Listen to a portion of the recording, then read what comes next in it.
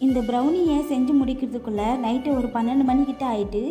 என்னென்னா இந்த மேம் வந்து சாட்டர்டே ஈவினிங்கே பேமெண்ட் பண்ணிட்டாங்க. சண்டே வந்து கொரியர் ஆஃபீஸ் லீவுன்றதுனால நம்ம மண்டே செஞ்சு கொரியர் போகிறத வந்து சொல்லியிருந்தோம். மண்டேவை நான் கொஞ்சம் வேலையாக வெளியே போயிட்டேன். சரி நைட்டு செஞ்சிடுவோம், அப்போ தான் வந்து கூலாக நாய் பீஸ் போடவும் நல்லாயிருக்கும். மறுநாள் என் ஹஸ்பண்ட் ஆஃபீஸ்க்கு போகிறதுக்கு முன்னாடி சீக்கிரமாக போய் கொரியரும் போட்டுருவார். அதுவும் இல்லாமல் என் பையனோட சேட்டையும் கொஞ்சம் இருக்காது. நான் எப்போ ப்ரௌனி செய்ய ஆரம்பித்தாலும் போதும் கேக்குன்னு சொல்லிக்கிட்டே இருப்பான். அவனை தூங்க வச்சுட்டு சரி நம்ம நைட்டே செஞ்சிடலான்னு தான் நான் வந்து உட்காந்து செஞ்சிட்ருக்கேன்.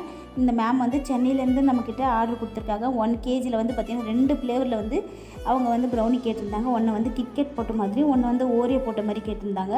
சரி நம்ம 1 kg வந்து ஒட்டுக்காக வந்து பேக் பண்ணி எடுத்துலாமேன்னு பேக் பண்ணிவிட்டு அவங்க கேட்ட மாதிரியே வந்து சூப்பராக அந்த ப்ரௌனியை வந்து நம்ம ரெடி பண்ணிட்டோம்.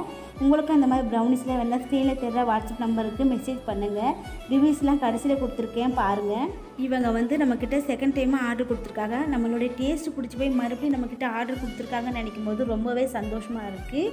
நம்மக்கிட்ட எல்லா வகையான ப்ரௌனிஸ், பிளாண்டிஸ், டீ கேக்ஸ் எல்லாமே அவைலபிளாக இருக்குது. உங்களுக்கு மேற்கொண்டு என்ன டீட்டெயில் வேணாலும் ஸ்க்ரீனில் தெரிகிற வாட்ஸ்அப் நம்பருக்கு மெசேஜ் பண்ணுங்கள். ஃபைனலாக வந்து பேக்கிங்கும் பண்ணிவிட்டு அவங்களுக்கு நம்ம கொரியரும் வந்து போட்டாச்சு. தேங்க்யூ.